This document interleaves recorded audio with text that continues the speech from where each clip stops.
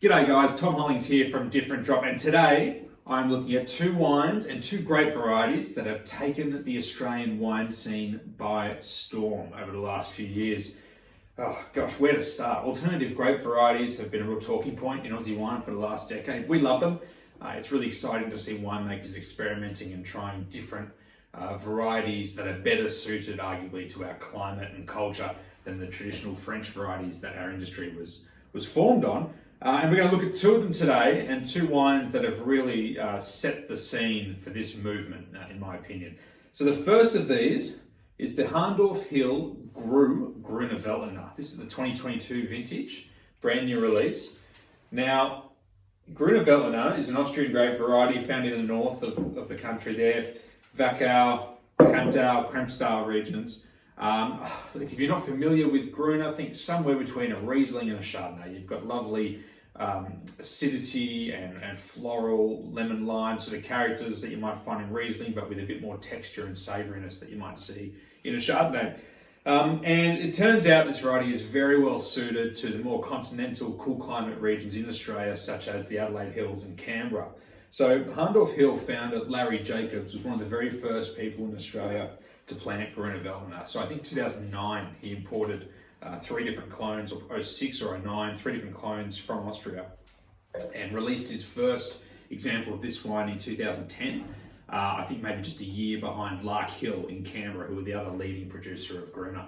And Larry has really championed this variety, as well as many other Austrian varieties, for its suitability to the hills. So now in the Adelaide Hills, I think there's something like 35 or 40 different producers making Grunervelina. It all started with Hahndorf Hill.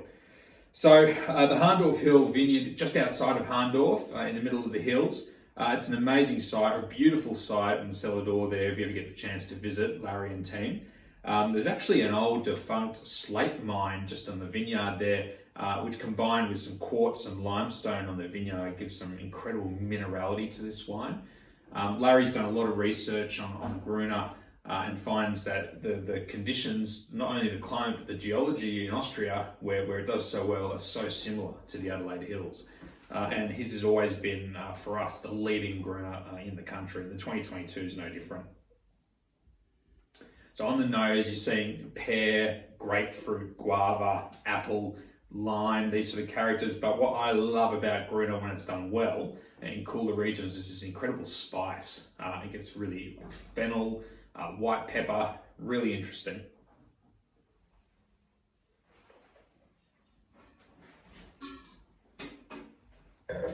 Beautifully balanced, seamless palate. Great vintage in 2022 for the Adelaide Hills, by the way. Lovely acids, but also real generosity of flavour. And that's what you're seeing with this wine. It's salivating and moorish, a little bit savoury. Would be fantastic with food. Really, a wide range of foods. This is a beautiful mid-weight option, white wine. Whether you like your crisp whites like a Riesling or a Sauvignon Blanc, or you like them a bit more textural and savoury, this will please everyone. So Gruner, a fantastic variety for the hills. Definitely one to check out. And honestly, Hahndorf Hill, the best going around in our opinion. Oh, love that one. All right, number two. Moving across to McLaren Vale via Sicily.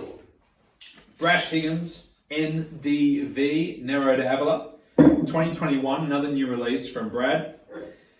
Brad was one of the first in Australia to really have a serious crack at Nero. So it was the Chalmers family, as usual, there in Heathcote, who first brought across the vines from Italy back in about 07, 08, I believe. And Brad's first release was in 2011, in the cool 2011 vintage. Now, Nero d'Avola is a native variety to Sicily, down the very south of Italy there, where the geology and the climate is so similar to McLaren Vale and other parts of Australia. And you know, winemakers, forward-thinking winemakers like the Chalmers, like Brad, viticulturists like Ashley Radcliffe at Ricoterra, recognise that this variety should succeed in warmer regions of Australia better than, say, Cabernet or Shiraz, which don't necessarily handle the heat as well. Nero is an incredible variety, and you can dry grow it. Doesn't require anywhere near as much water. It doesn't require acid adjustments. Has incredible natural acidity, and loves the heat, and does well in those regions. Brendan Carter at Unico is another example of a producer who's really championed this variety. So Brad makes this wine in a very Sicilian-inspired style. So he has these incredible beeswax-lined clay amphora all throughout his winery there in the Vale. The wines spend about 6 months on skins in these amphora. He gets in there with his hands twice a day and plunges and just moves the fruit around. It's all a very gentle, natural process of winemaking that I think, it doesn't add flavour or anything to the wine, but gives it this beautiful flow and texture that's always been a real hallmark of this one. It's my first look at the 21. Immediately I'm seeing the slightly cooler vintage in 21, which I love. It's really lifted. So some years, in warmer years like 2016, 18, it's darker, a bit more brooding. This looks really pretty, really red fruited, really spicy.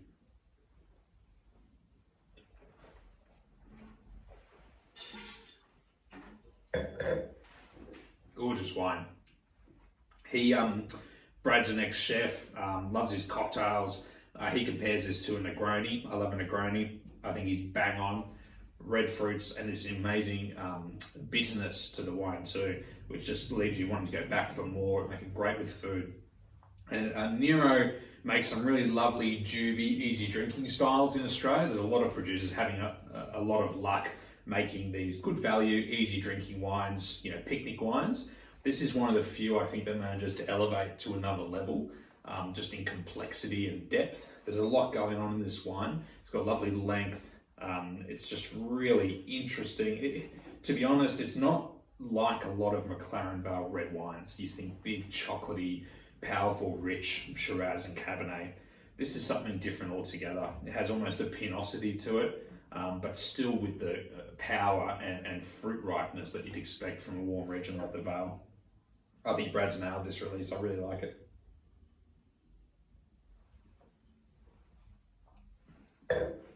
So there you have it, guys. 2 wines that, for me, are really setting the benchmark for alternative grape varieties in Australia. It's a term that gets thrown around a lot, and there's a lot of wines being made from, Fiano, Vermentino, Gruner, Chenin Blanc's obviously been around a long time, and the reds, Nero, Tempranillo, Sangiovese, Gamay, lots more.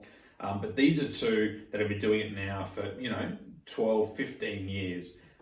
Each year releasing amazing wines that rate and review very highly, very consistent, and have an extra level of depth and complexity that puts them in that fine wine category more than just an interesting, easy drink.